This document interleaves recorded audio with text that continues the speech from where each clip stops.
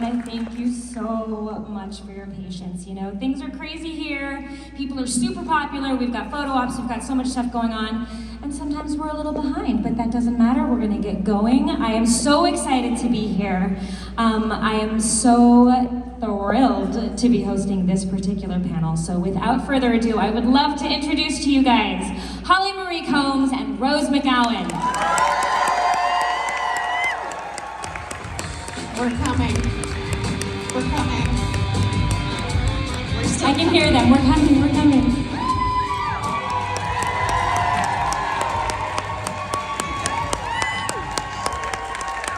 Hello. Hello, lovely humans. Hi, ladies. I know. I feel so This is far like from huge, you. like a little couch. Do you want to come over here? I'm gonna sit here. Yeah. Yeah. Let's get close and comfy. Let's get closer. We're Where are you going now? gonna readjust. Oh, listen. Sit where you want. You want to sit on the floor? We can all powwow. Why are you rearranging the furniture? This is really far away. I feel like being close From to the people? Yes. Now you're gonna make people come up on stage. Now I'm doing stage diving with Charmed. Oh my gosh. You have so Listen, we do what we want here. We do what we want. Wait, I think they have cameras set up though, Rose. Oh, fuck this. Yeah. I'm saying let's just not get This closer. is starting off well. Pretend that's the coffin. Paige is dead and there's 2 leprechauns. 2 leprechauns. See, who did I tell yesterday? She was Only mad. 2. There was Still only mad. 2. Oh my gosh. Well, you guys, I feel like, first of all, this is the 4th Connecticut 90s Con, and we've been to a few of these. Yeah, I think we've been to all of them except last year. Yeah, well, I mean, not all of us have been to all of them, but this is the 4th one here in Hartford, and I just feel like personally, I've circled you guys so much, kind of behind the scenes, you know, like at the hotel or at the restaurants and stuff like that. But I realized this time that I didn't know that I'd ever really had like a fun conversation with you guys that like just circled about life and, you know, work and all that stuff. So it was just really cool, the fact that I could kind of have my pick. And so I just thought it would be awesome to just chat with you guys and make it informal and just kind of, I love that. And also I like looking at you because you have my old hair. Thank you for that. This is kind Carrying of the like mantle. Paige. Quiet. It kind of is. I mean, I feel like there was a world in which I could have been one of the sisters. You could have, Oh, absolutely. very much so. I don't think I ever actually auditioned for the show, and that's probably why. Yeah. They were like, no, she looks way too much like the sisters. We can't cast her. They did have issues with that. Yeah, we made somebody change their hair. I think it was Danielle Harris. You know, I did get that exact comment when I auditioned one time and one time only for Party of Five. They said, Right. "You're fantastic. You look exactly like this family, so this will never happen." I actually, well, in Scream, I knew they wouldn't cast 2 girls with dark hair. Yeah. So it was like my 3rd or 4th audition for Tatum, and I saw the lady, the producer had blonde hair, and I said, Kathy, who's your hairdresser? I want to turn my hair blonde. And they were all like, it can happen. It did happen, and you looked fantastic. You've blonde, you've been brunette, Yeah. you've been redhead. Rose That's my is favorite. No hair. The only person who can wear every hair color. Yes. Is This Rose. is true. This is true. I tried a Ronald McDonald wig, I have to be honest. It did not look up good on me. That's I don't think that looks good on anyone though. Go pink next. One time I was on a boat and I was doing a photo shoot and this little girl came out of the bathroom. She goes, Mommy, there's a clown on the boat. And I looked around all excited and I was like, it's me. And I had the orange hair then. I feel like we should talk a little bit about the show, but we can get back to other fun and interesting things as well. Do that. But something that was interesting to me, though, was that I did not know that when Charmed premiered, it was actually the highest rated premiere that the WB had ever had. It was like something like 17 million people watched the pilot. Did you guys know? It was a big deal at the time. Did you guys feel that, like, as you were shooting the first few episodes, did you feel that it was gonna have this kind of momentum and this relatability? No, not at all. We were not the network's darling that What year. was? I wasn't Felicity. there. Wait, what was? Felicity. Felicity. Gary Russell show. That Oh was my like, gosh. They were pushing that one hard. And so they, yeah. And that day, like, you know, the WB like picked like one show to give their publicity budget to, essentially, and so that was the one, and we were not the one. Well, you showed Ever. them because you became the most popular. Yeah, and then we had hats made that said Felicity this. Because also, it was kind of around the same time that streaming actually started itself, and it was the I believe second most binged show. So it was just like, they were like, damn the man. You don't think we're the favorite child? We are the favorite We child. did. We felt like the black sheep of the family, for sure, for Yeah. many, many years. We were the only ones the network never really supported and never, but it was like no matter what, our Charmed family showed up Sunday night, 8 p.m. They were there. Thank you. Most hit shows have like a show before it or a show after it, and we were just on our own, but people, like, you all showed up. That is so interesting to me to hear, because you didn't come on until the 4th season. So for you to still be feeling that way by the 4th season, that still it was like your fans were the people who were supporting you guys and showing and making the networks, you know, continue to keep having you guys on the air. Well, it wasn't I didn't. Yeah. Because I mean, 8 seasons. That's for Can't any be- show. That's No, we amazing became feat. at one point the longest running female-led show in TV history. How Not that they cared. how did it feel though, coming on kind of midway through? Like, was it a weird transition, or did you feel like it was seamless for you to join and you just kind of Seamless. Seamless. So easy. Yeah, I mean, people have heard me talk about this before, but I was actually not aware of the show at all. Oh, really? Because I'd been doing a lot of movies back to back, but they were all at night. All my filming was at night, so I kind of lost touch with the outside world. And then I was in Romania, and I got a call at the hotel where I was, you know, there for shooting, and they said, Aaron Spelling is on the phone, and I was like, I hung up on him. for me? And I was like, what? And then they called back, and then I thought, and then he talked to me about it. It was actually him, his little leprechaun voice. He And, liked to make phone calls. He did. It was so cute. And I said, well, universe, give me some kind of sign. And on the plane back from Romania to LA, and to this day, I've never seen Charmed. I don't think any of us have seen it on any airplane flight offering. It was the pilot episode was playing on the plane. And I was like, well, clearly I have to do this. That is my sign. It's my sign. I just want to take 1 minute to say personally, season 4, episode 1, your first episode, obviously you guys were dealing with a lot, and there was a lot of emotions going on revolving Prue's departure and your entrance, but as totally just a viewer, it was an absolutely beautiful episode of television. Holly, in particular, your acting, your grace and your beauty in that episode, I literally rewatched. I rewatched a couple of episodes last week, and that was one of them, and I was crying myself. It truly, truly was so touching and so beautiful. And something that I really noticed about the show is that you guys had a lot of like supporting characters who were pretty campy, to say the least. But the sisters lived in this world of like a grounded reality always, no matter what was going on around them. And also, you guys, excuse my language, you guys are fucking funny. Like, really funny. And it wasn't in an over-the-top way. It was in such a grounded, such a innate comic timing way that like, I didn't remember that. I really appreciate that actually, because I think certainly the viewers in our Charmed family through the years have picked up, definitely loved the comedic aspects, but to have another performer recognize that, thank you so much. Because for me, when I joined, I knew that I'd been told over and over, no show survives a major cast change. You only have 250 jobs that'll fail because of you. And I'm like, thank you.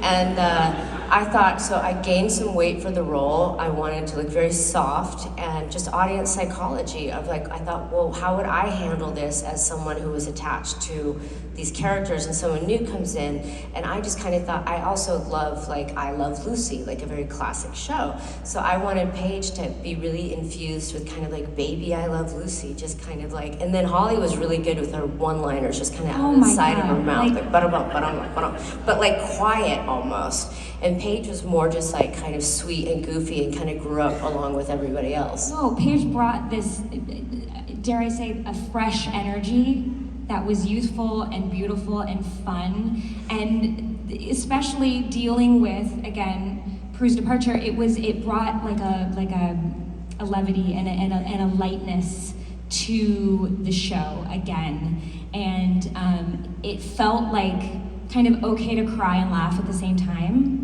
a little bit. I think you're right. They really did, on reflection, do it's a delicate balancing act. Like and they kind of certainly backed themselves into quite a corner with doing this. But the fact that they pulled it off and knowing them, I was like, you're right. It was like a real like hat trick. It was pretty amazing. And it is a beautiful episode. But it was funny. They're like, okay, now you orb. And I'm like, what does that mean? So Paige and me were getting the education of what this meant all at the same time. And I know that, obviously in the first episode is when the original Power of Three find their each of their secret things. But you guys had an episode where it was kind of like a see no evil, hear no evil, speak no evil. Right? And that was just kind of hilarious to play with something else for a minute, because I know that anytime you're doing something long running and it's like always the same thing, it's the same thing. So to get thrown something fun for an episode that was totally new and different and get to play with that, was it fun? No. No. I loved Robert Englund. I remember exactly. I loved the script. I'm like, this is amazing. And I get there and I'm like, wait a second. For 14 hours a day, we're in full clay. So you put on a face mask. After 5 minutes, you're like, that was hours and hours and hours of just that was the clay one, right? Oh shit, I fucked up. No, it's the I couldn't talk. Yeah. Oh yeah. I couldn't see. And Alyssa couldn't hear. Sounds about right. It was very cool. It was very fun. But also, you guys also did have kind of a slew of dare I say, hot young men, revolving boyfriends or husbands and this and that, but yet the show did still always stay grounded in female empowerment. And I love that too, because, it had this edge that no matter who else came in, it was always about you guys. But I really just want to know, how many attic doors did you go through? Quite a few. But I didn't really think that I don't think it really telegraphed female empowerment as much to me personally as it telegraphed sister and family love and strength against all odds and magic. No, I think that's why there's so many male fans and of everybody of every type, because I think actually didn't specifically push that. I think it just was. And I think that is, to me, what's great about truly powerful people is their vulnerability and how they deal with, getting blown through attic doors, but also deeply emotional things that I like that I don't think it did push that too much. I think it was we just kind of were. Yeah, it wasn't scripted, for sure. No, and I do agree with you. You said that much Yeah. better than I did. I don't know that it pushed it. It just felt it. It felt that way. Yeah. That you guys, no matter what, no matter who else they tried to bring on to attract a different this audience or that audience, right. it was always Right. about you Yeah. guys. Well, I think, and we all took, in real life, we all took care of our families, and we all worked, since we were little and young. And so to us, it was natural to just assume those characters. And it was real life to us to be a mom or have a business, to do all the things. None of us ever thought we were limited in any of those arenas. So That's awesome. yeah. How, Holly, you went from doing 8 seasons of Charmed, and then years later, you became the mom on another show that was a hit Wasn't show, that Pretty many Little years Liars. later? It was kind of quick. I made that transition very quickly. And I kind of embraced it because, I was gonna say, how did that feel different from being the young female, lead on a show to then being in a different role that was a bit more, even though you were at times a bit maternal on the show, but like just a different type of show. How were the two experiences different? I embraced it because, at that point, the network was notorious for, casting young-looking parents. Yes, and you're so- like 5 years older than your child. Yeah, and so literally, I was like, well, hey, I'd rather have people say she looks too young to be Lucy Hale's mom than say, oh, she got old. Because we all do. It beats the alternative. But True. yeah. No, it was great, and you know what? It was kind of a mirror experience because I got to watch the girls go through a lot of what we What you did, went through. but they were far more professional than we were. I was very professional. You were. Come on.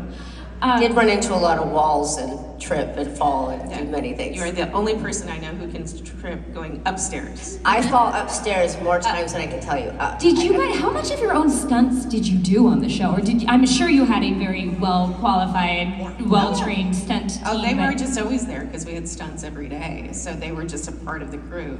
At first, I was really like, I want to do all my stunts, and I did them. And then there's a point where I'm so exhausted. I have 15 minutes to sit down and learn lines for the next scene. You take it. And Dana Reeves, who was my stunt woman, who was incredible, actually did my stunts for me also. Well, some of them. I did a lot of them, but she got dragged through the woods and eaten by zombies in Planet Terror. So, she went from leprechauns to zombies, but Yeah. I guess so did I. I feel, again, personally, I would be remiss if I didn't. Rose, you did so many fantastic films, both big films and independent films before you had started on the show, but Jawbreaker. Funny story, I actually auditioned for Jawbreaker like 3 times. Yes. I did too. Did you? What Yeah. role? I don't remember. There's only 3. I know, I don't remember. For Judy Greer's role.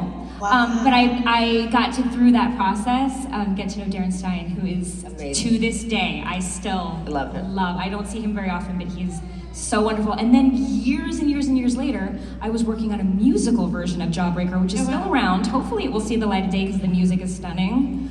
But it was like just Jawbreaker, but it was such a fantastic film with an insane cult fandom. I'm sure all of you have seen Yeah, it. she's one of my very favorite characters.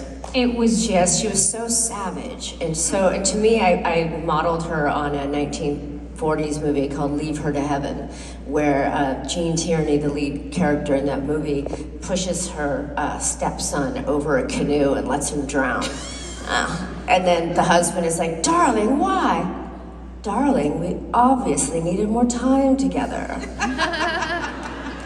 But I saw Robin Tunney from The Craft today, and it reminded me one of my first auditions was for The Craft. Oh, I really? think I got a call back, and I remember that one kind of stung. So yeah, coming to these, you're like, didn't get that one, didn't get that one, definitely didn't get that one, but look what I did get.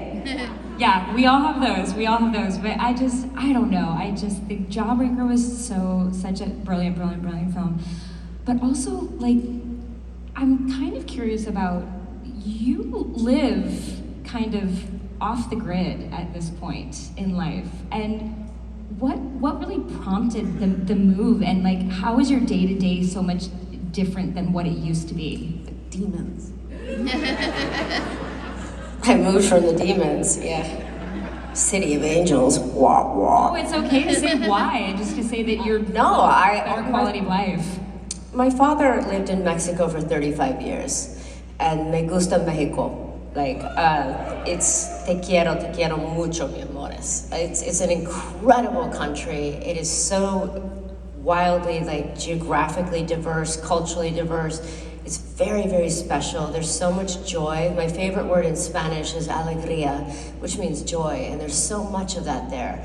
And color and passion and fun and just different. And, I had to talk for a lot of years, kind of more than normal people. It seems like you watch a scene and these people are saying that but it's from all these different angles, right? And then at one point, as Paige was like a social worker, and I was raised in a commune growing up in Italy to be kind of a volunteer. And I Nice. kind of thought, well, I can also do this in real life, away from the screen. And then there was a point where I just got really talked out. I just wanted to listen. I wanted silence, and I wanted to listen more than I wanted to talk. And so people were like, what did you do the other day? That was great. I'm like, well, I'll tell you, I was riding my bicycle, and there's 2 giant butterflies, one on each side of my handlebars, and we were racing each other. Like, what? I can't explain it, but that's how, that's what happens. And like birds Were there any and leprechauns animals. there? Only 2. I've seen some little people. I mean, that kind of sounds like a life that we all should be striving for, to be honest. I mean, there's hard. There's things about it that are difficult. There's, just like anywhere, and it's certainly a challenge. Like sometimes doing things when at first you don't really know the language, or navigating a totally different system. You learn very quickly, though. Well, I grew up Italian as my first language, so I could roll my R's, and that gets, It's, but also I just I like adventure. I've always kind of been an adventurous sort, and I'd always kind of lived in dense areas. So at one point I went to like the most remote location in this area in Mexico that I'm at. It was just me, my dog. I had a metal pipe for a shower. That was it. And I was grateful, right? And the gratitude that you feel for smaller things, instead of it, because you have to fight for them sometimes, and I appreciated that. Yeah, that's really beautiful. You guys, I feel a bit crazy because we don't have a real time clock ticker, so I have no idea how long we've been talking. I don't know, somebody's gonna have to flash some lights or something like that. I know that I need to open it up so that you guys can ask a few questions, because I tend to go on tangents and there's probably other things that you guys want to know. So, I don't know how much time we have. 5 minutes? 5 minutes. So if anybody has, if you could do me the biggest favor and be really precise with your questions and kind of concise with your questions so that we could get to a couple of you guys, that would be great. But I really appreciate anything you guys want to add to the conversation. Hello, I'm Cheyenne from Massachusetts. Lovely to meet you both.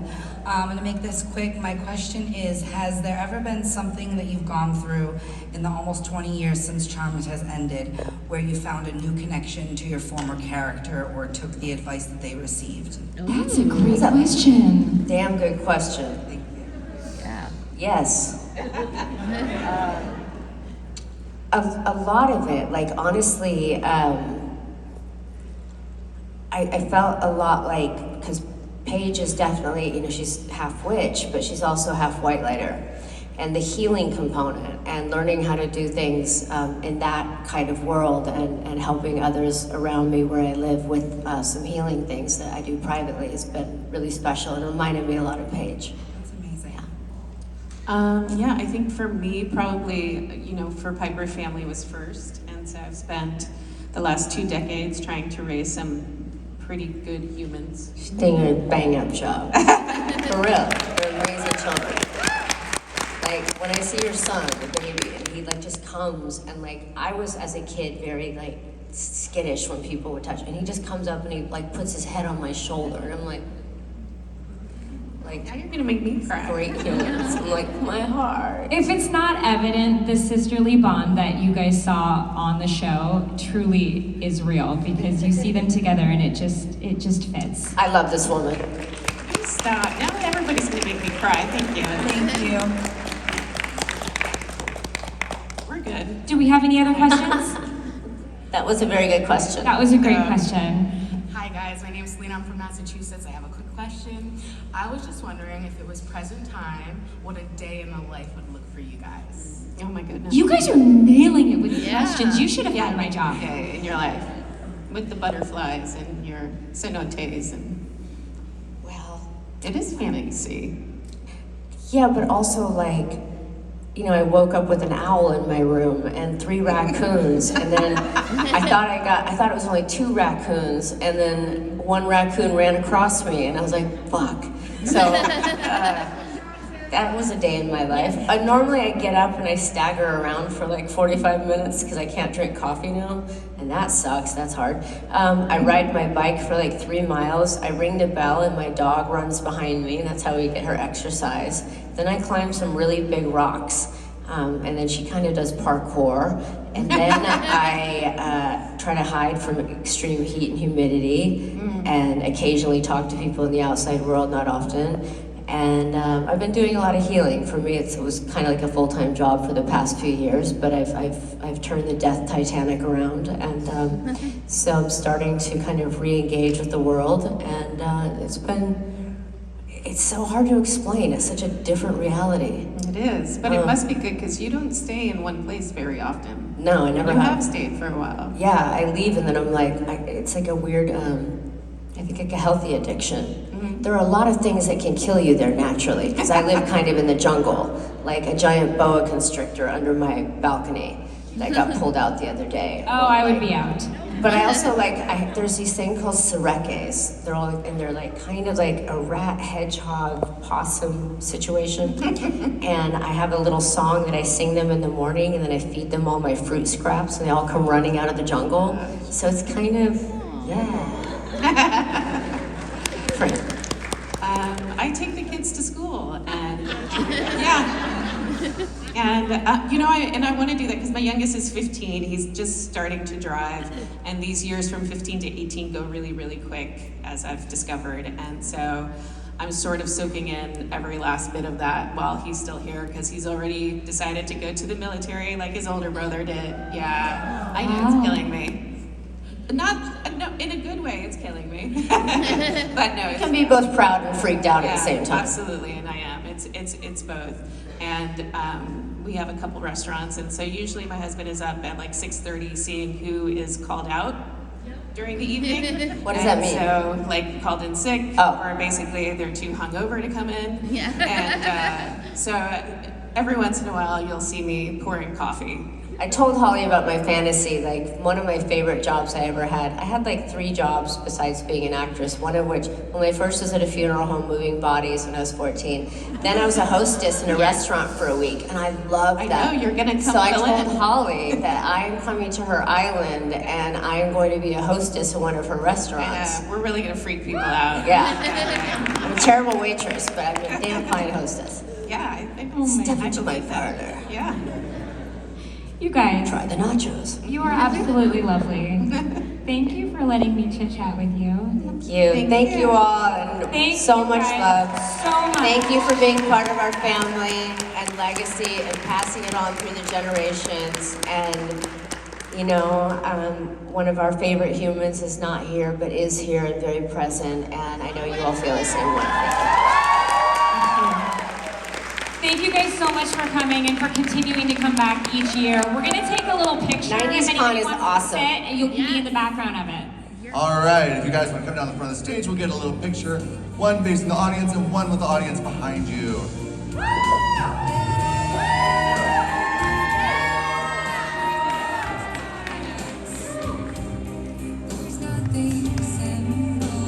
All right, one looking this way. Everybody say charm! All right, let's hear it one more time for our amazing panel. You guys are all awesome. If you're ADA or VIP, feel free to stay in the room. Our general admission, please exit out the back right of the theater. If you are leaving the theater, make sure you take all your belongings